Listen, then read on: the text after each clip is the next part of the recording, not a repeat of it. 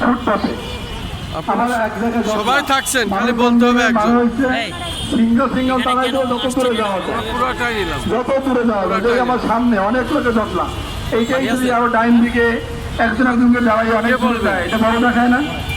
এই যে একটা কথা, মাননীয় প্রধানমন্ত্রী যে হস্তক্ষেপ কামনা করেছেন, মাননীয় প্রধানমন্ত্রী হস্তক্ষেপ কামনা করেছেন। এই আরবান প্রজেক্ট আসলে তো দীর্ঘদিন ধরে আন্দোলন সংগ্রামে আছেন, এখন আপনারা কি চাচ্ছেন? বারবার দাঁড়াচ্ছেন, কোন পর্যায়ে আছেন? নাম পরিচয় দেবেন। কম না, কিন্তু বিভিন্ন জায়গায় আমরা চাচ্ছি আমাদের লোক নাই, অনেক লোক আছে আমাদেরও সেখানে নিয়ে যাক। আমরা দীর্ঘদিন মানববন্ধন বাচ্চাদের পড়াশোনা সমস্ত কিছু আসলে আমরা কোনো সরকারের এখন পর্যন্ত পাইনি। সমস্ত কিছু আমরা আমরা কিন্তু এখানে সরকারের কোনো সুদৃষ্টি এখন পর্যন্ত পাইনি।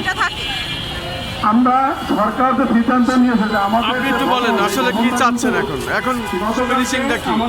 আজকেও কেন আপনাদের থাকতে হচ্ছে প্রেস ক্লাবের সাথে? সরকার থেকে আমরা বিবৃতি বা কোনো প্রজ্ঞাপন আমরা পাইনি। আমরা চাই যে 192টা বিল্ডিং যে হস্তান্তর হবে সেটা যেন আমাদের চাকরিটা যেন বহাল থাকে। আজকে আমরা অনেকদিন ধরে মানববন্ধন করছি। প্রধানমন্ত্রী আজকে আমরা প্রধানমন্ত্রীর একটি আবেদন যে আমাদের এই 4382 জন যারা স্বাস্থ্যকর্মী আছে তাদের সবাইকে যেন চাকরিতে বহাল রেখে একটা বিবৃতি প্রদান করে, এটাই আমাদের দাবি। সারা বাংলাদেশে আপনারা কতজন আছেন একটু বলতে পারবেন? সারা বাংলাদেশে আমাদের এই আরবান 4382 জন আছে। কত? 4382 কর্মকর্তা কর্মচারী আছে। আমি দেখছি যখন ভবনগুলো হয়